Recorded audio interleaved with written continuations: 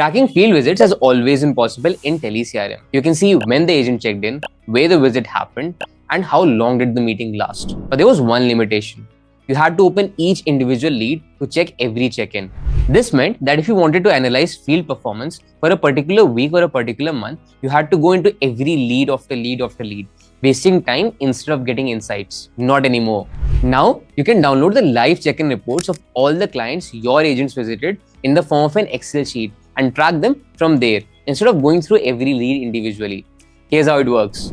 Go to the All Leads page in telecrm, click Download Action Report, select Live Check-in, choose the details you want in the report like the lead status, rating, assignee, client industry, image link and location, and more. Then select the timeline, for example today, this week or this month.